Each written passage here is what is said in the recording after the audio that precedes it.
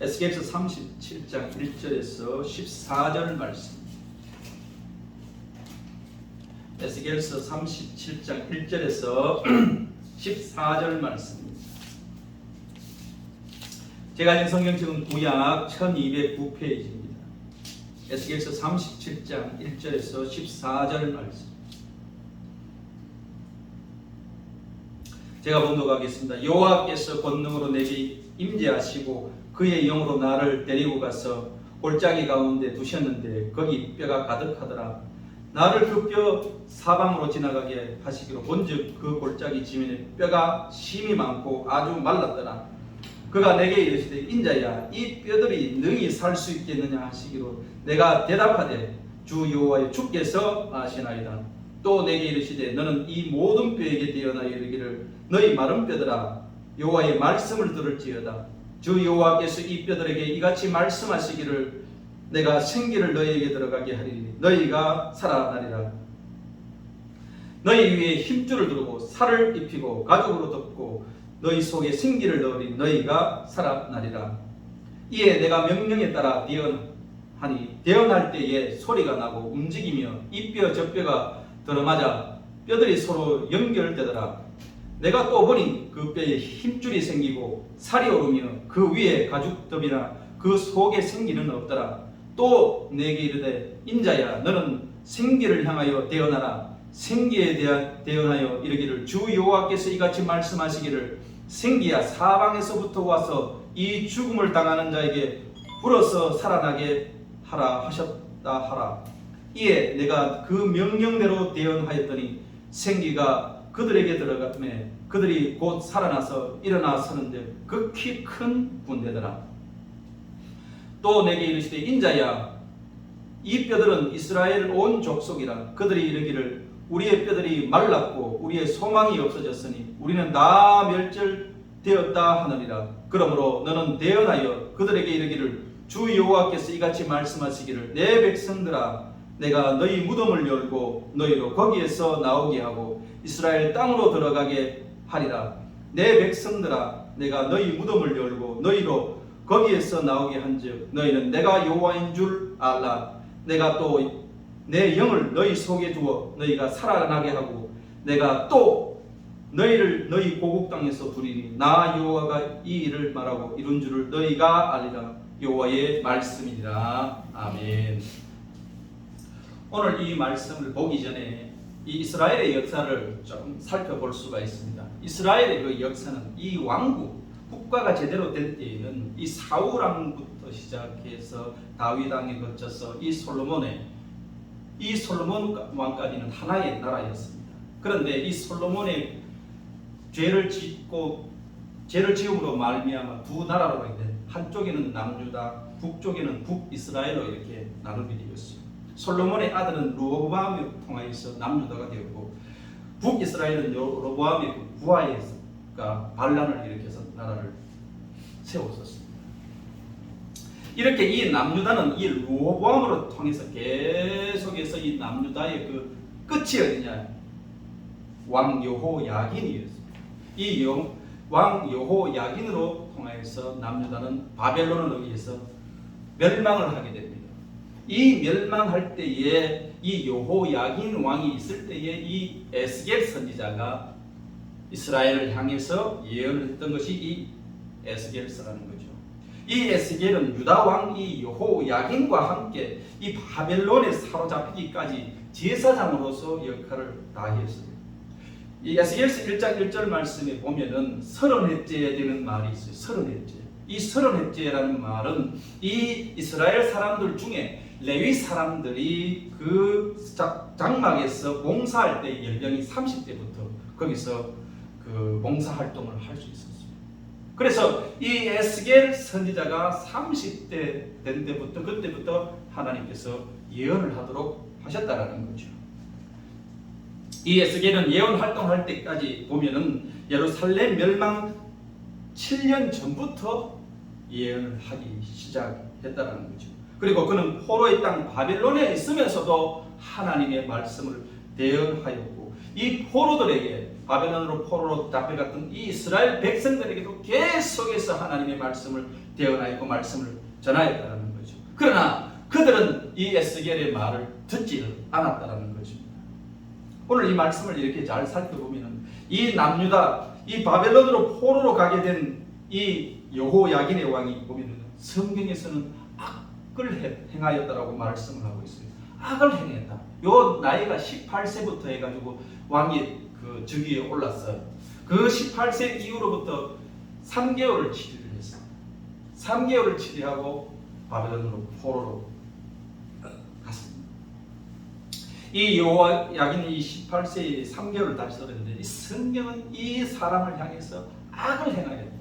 그의 아버지 여호야긴도 악을 행하였고 그의 어머니도 악을 행하였다라고 그렇게 이야기를 하고 있다라는 거죠.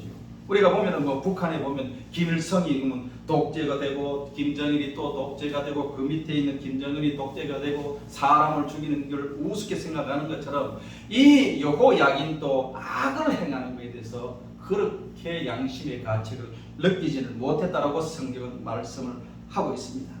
오늘 말씀에서 하나님께서 에스겔에게 권능으로 임재를 하셨는데 이 에스겔이 한산 가운데 이 골짜기를 지나가는 거예요. 이 골짜기를 지나가는데 그 양사방으로 뼈들이 칵 차 있었다는 거예요. 얼마나 소름이 끼치겠어요.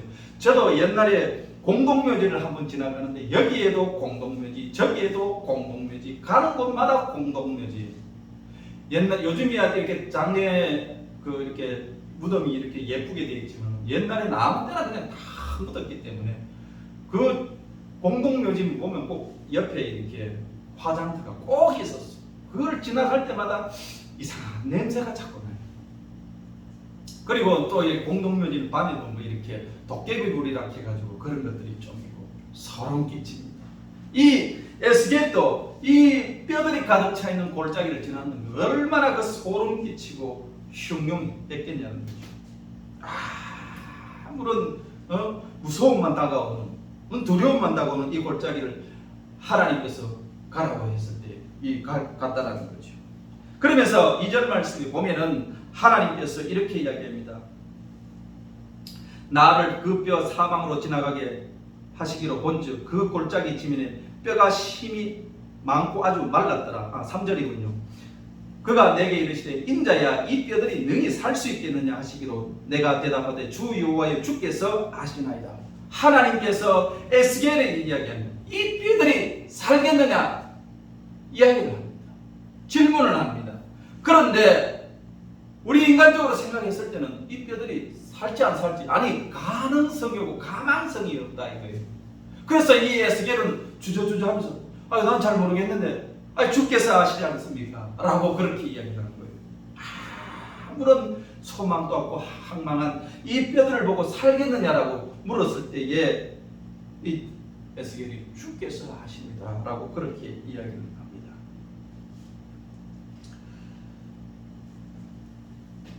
그때에 이 하나님께서 4절 말씀에 이렇게 이야기합니다. 또 내게 이르시되 너는 이 모든 뼈에 대언하여 이르기를 너희 마른 뼈들아 여호와의 말씀을 들을지어다. 완전히 죽어있는 이 뼈들에 대하여 하나님께서 그 뼈들을 향해서 말씀하셨더라. 창세기 1장을 보면은 하나님께서 천지를 만드실 때에 아무것도 없는 공허와 흑암이 어둡고 공허한 그 상황 속에서 하나님의 말씀이 들어갈 때에 모든 것이 생겨납니다. 성경은 하나님에 대해서 없는 것을 있게 하신 하나님이라고 말씀을 하고 있다는 거죠. 이 에스겔의 입장에서 봤을 때는 이 뼈들 갖고 뭘 하느냐, 이 뼈들이 살아나느냐 이건 상상조차 할 수 없지만 하나님께서는 그걸 보시고 말씀을 하시더라는 거죠. 이 뼈들에 대해서 말을 한다는 거. 터무니없는 거. 아무리 과학적으로 생각해도 터무니없는 그 말이라는 거죠. 5절 말씀에 보면 주 여호와께서 이 뼈들에게 이같이 말씀하시기를 내가 생기를 너희에게 들어가게 하리니 너희가 살아나리라. 하나님께서 에스겔에 이야기를 합니다. 내가 그 뼈들에게 생기를 불어 넣어가지고 그 뼈들이 살아난다. 그 살아나는 것을 네가 이제 앞으로 보게 된다 이 말이에요. 하나님은 없는 것에서 있는 것 같이 하시는 그 하나님이라는 것을 오늘 이 말씀을 하고 있어요. 말씀으로 하셨다라는 거죠. 6절 말씀에 보면은 너희 위에 힘줄을 두르고 살을 입히고 가죽으로 덮이고 너희 속에 생기를 너희가 살아나리라. 두 번이나 너희가 살아나리라. 너희가 살아나리라. 강조를 하고 있습니다. 너희가 살아나리라. 이 살아나는 것을 네가 본다 하는 것을 말씀을 하고 있습니다. 그때에 이 에스겔이 7절에 이렇게 행동을 합니다. 이에 내가 명령에 따라 대언하니 대언할 때에 소리가 나고 움직이며 이 뼈 저 뼈들이 들어맞아 뼈들이 서로 연결되더라. 내가 또 보니 그 뼈에 힘줄이 생기고 살이 오르며 그 위에 가죽이 덮이나 그 속에 생기는 없더라. 이 에스겔이 대언을 하니까 이쪽에서 뼈들 저쪽에서 뼈들이 서서히 움직이고 그 다음에 이 뼈 저 뼈 다리뼈, 갈비뼈, 팔뼈, 머리뼈 이것들이 하나씩 맞추어서 나가기 시작하더라는 거예요. 그리고 그 뼈에 다시 힘줄이 생기고 살이 오르고 그 위에 가죽을 덮어대요. 그러나 생기는 없었다 그래요. 아니 뼈들이 움직이는 것만 해도 신기하고 놀라운데 그 뼈들에 가죽이 덮여지고 힘줄이 생기고 살이 오르더라는 거예요. 생기는 없었더라. 그리고 또 오늘 말씀 9절 말씀에 보면은 하나님이 에스겔에 대해서 이야기를 합니다. 또 내게 이르시되 인자야 너는 생기를 향하여 대언하라. 생기에 대언하여 이르기를 주 여호와께서 이와 같이 말씀하시기를 생기야 사망에서부터 와서 이 죽음을 당하는 자에게 불어서 살아나게 하라 하셨다. 사망에서 와서 이 생기들을 그 육신에게 넣으라고 그렇게 대언하라고 말하는 거예요. 살아나라 라고 대언하라 이야기를 하고 있는 거예요. 그러니까 20절 말씀에 보면 이에 내가 그의 명령대로 대언하니 생기들이 그에게 들어가며 그들이 곧 살아나서 일어나서 서는데 극히 큰 군대가 된다. 뼈들이 움직이고 살이 붙고 힘줄이 생기고 가죽이 덮여졌다. 거기에 생기가 없는데 다시 하나님이 에스겔을 향해서 생기를 넣으라고 대언하는 거예요. 그러니까 그냥 시체였죠. 그 시체가 다시 살아나는 거예요. 그런데 그 시체가 일어나가지고 어떻게 그렇게 큰 군대가 되었더라 하는 말씀이에요. 군대가 되었더라. 싸울 수 있는 어떠한 세상에 어떤 그 환난과 고통이 있어도 군인들은 싸우잖아요. 전쟁에서 싸우잖아요. 힘이 있잖아요.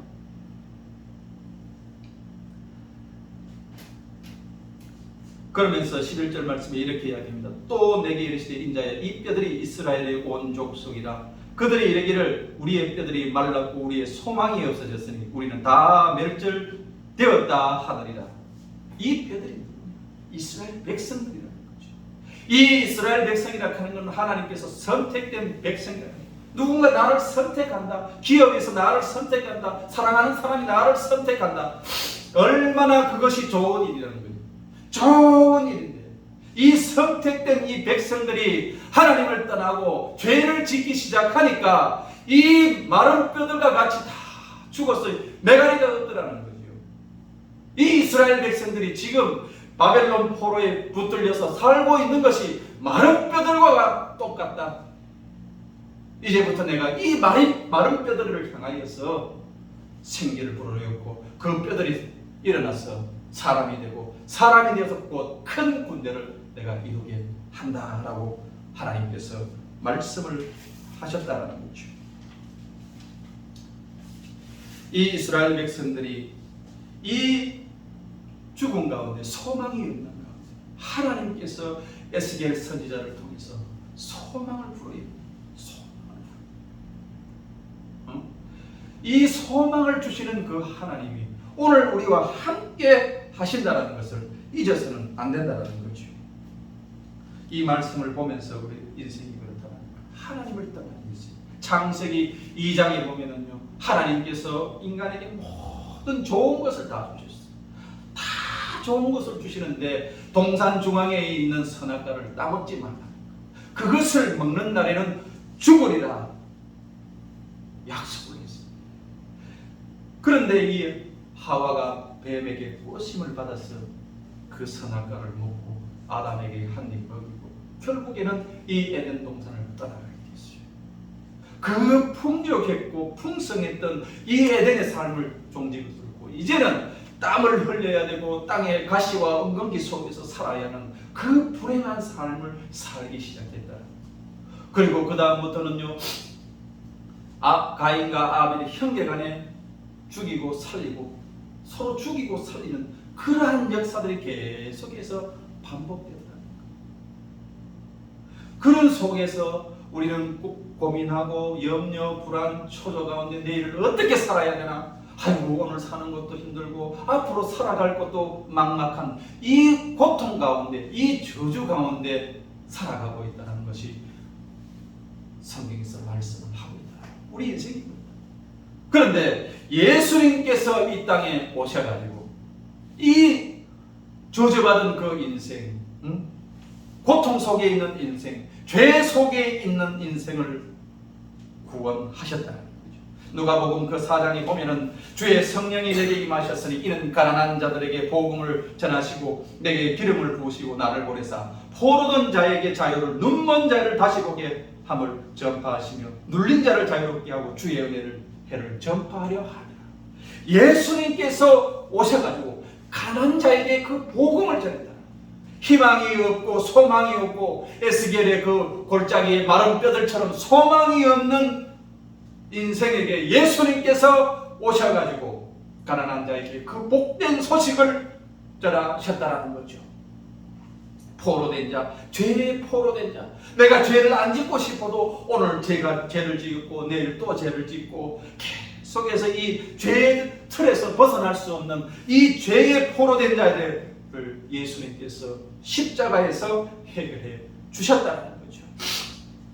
그리고 눈먼 자를 다시 보게 한다. 영적으로 봉사된 사람, 내일 어떻게 될 줄 모르고 내가 어디로 와서 어디로 가는지 알지 못하는 그러한 가운데서도 예수님께서는 눈먼 자를 다시 보게 하셨다는 거죠. 내가 어디서 와서 어디로 가는지를 분명하게 알게 하셨다는 거죠.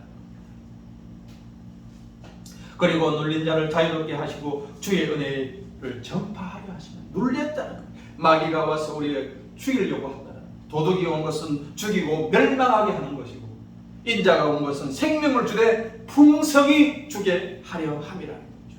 마귀가 와서 계속 안 된다, 부정적인 생각을 넣고 불안, 초조, 근심을 넣어서 우리를 병들게 하고 우리를 힘들게 하지만 예수님께서 오신 것은 생명을 주되 풍성히 주게 하려 함이라고 말씀을 하고 있다는 거죠.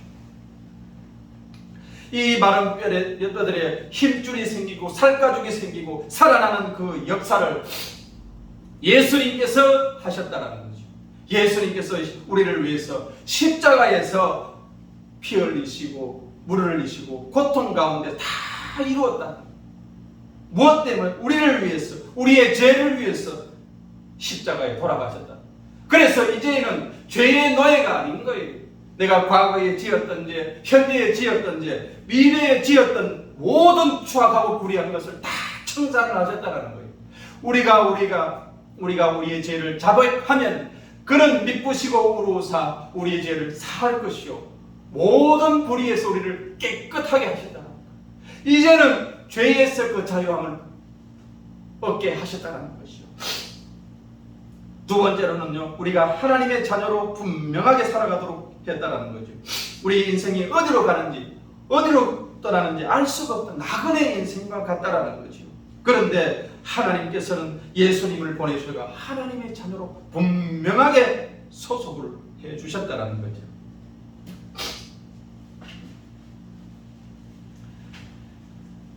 입시 학생들에게 주위 사람들이 묻습니다. 고3쯤 되면 묻습니다. 어느 대학을 가느냐. 그러면 그 어느 대학 간다고 뭐 A대학, B대학, C대학 고민을 합니다. 대학을 가고 난 다음에 사람들이 묻습니다. 이제 대학을 갔으니까 어느 기업에 취업할래? 기업에 대해서 사람들이 자꾸 묻습니다. 그래가지고 이 대학을 졸업하고 기업을 들어갔습니다. 기업에 들어가면 언제 결혼할래? 또 그 결혼에 대해서 스트레스를 받습니다. 명절만 되면 스트레스 받습니다. 결혼을 하고 그 다음에 하면 애는 또 언제 놀래? 그 애 때문에 또 고민을 해야 돼. 그리고 애를 다 키우고 나면 어떻게 몸이 상한 데가 없어요. 몸이 골병이 들어요. 매일 아파. 여기도 아프고 저기도 아프고 약으로 때우고 병원으로 때우는 문제가 끝없이 간다라는 거죠.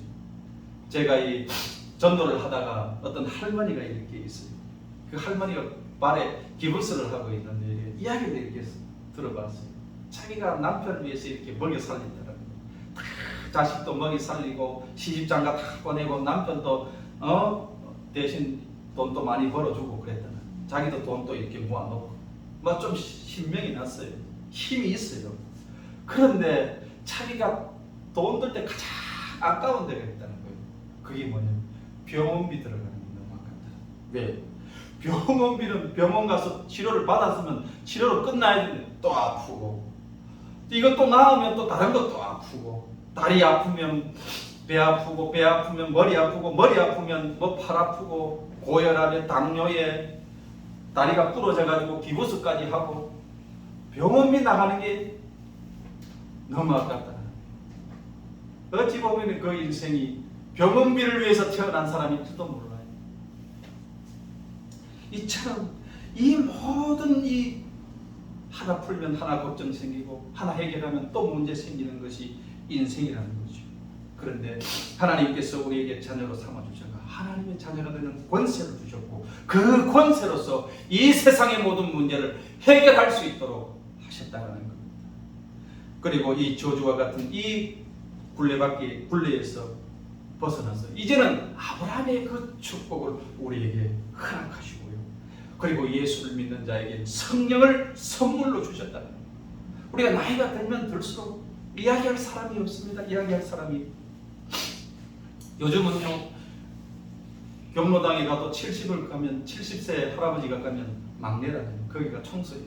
그거 막내 하는 거 막내 소리 듣기 싫어가지고 경로당 안 간다. 그리고 어떤 분은 제가 전도를 하다가 이렇게 보면은 그렇습니다. 72세니까 3살 되신 분인데 자기 주위에 친구가 하나도 없더라. 자기는 몸이 병들어가 움직이지는 못하지요. 가까운 친구들은 있긴 있는데 내가 글로 가지를 못하니까 아파서 가지를 못하지. 그리고 점차 친했던 친구들이 세상을 다 떠나니까 자기는 친구가 없고 외롭더라.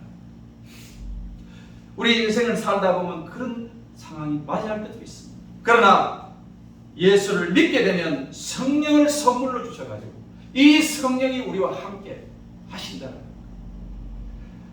이와 같이 성령이 우리의 연약함을 아시는, 우리가 기도할 바를 몰라 할 때에 성령께서는 탄식하시며 우리를 위해 친히 강구하신다. 성령께서 우리와 함께 하심으로 통해서 이제는 너희를 고아처럼 내버려 두지 않겠다라고 성경은 말씀을 하고 있다는 거예요.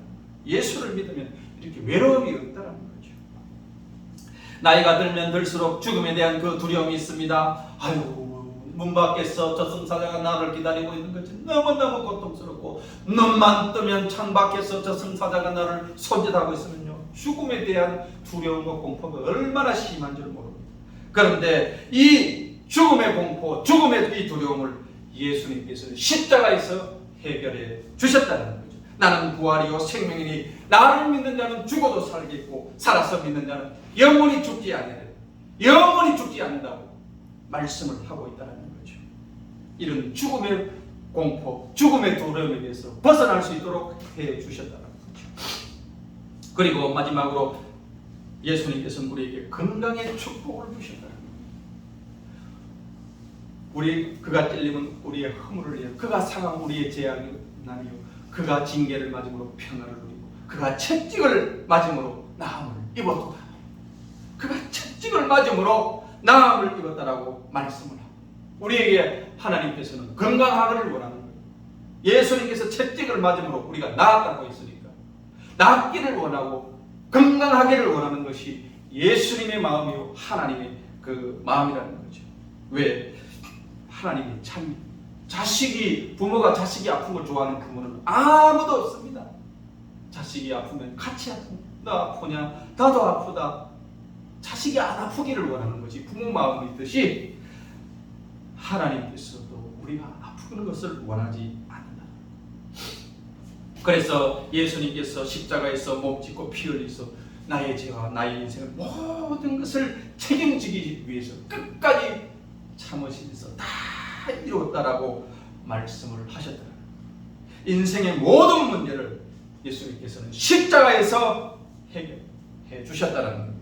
이 십자가를 바라보는 자마다 문제가 해결된다라고 성경이 말씀을 하고 있습니다.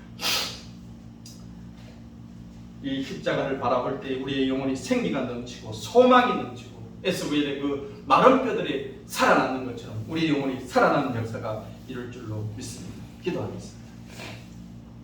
사랑과 은혜가 많으신 하나님 아버지, 참으로 감사를 드립니다.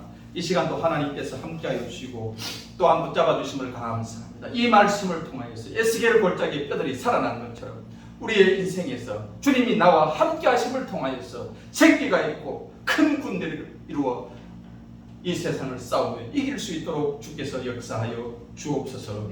예수님의 이름으로 기도 올려옵나이다. 아멘. 이 시간 우리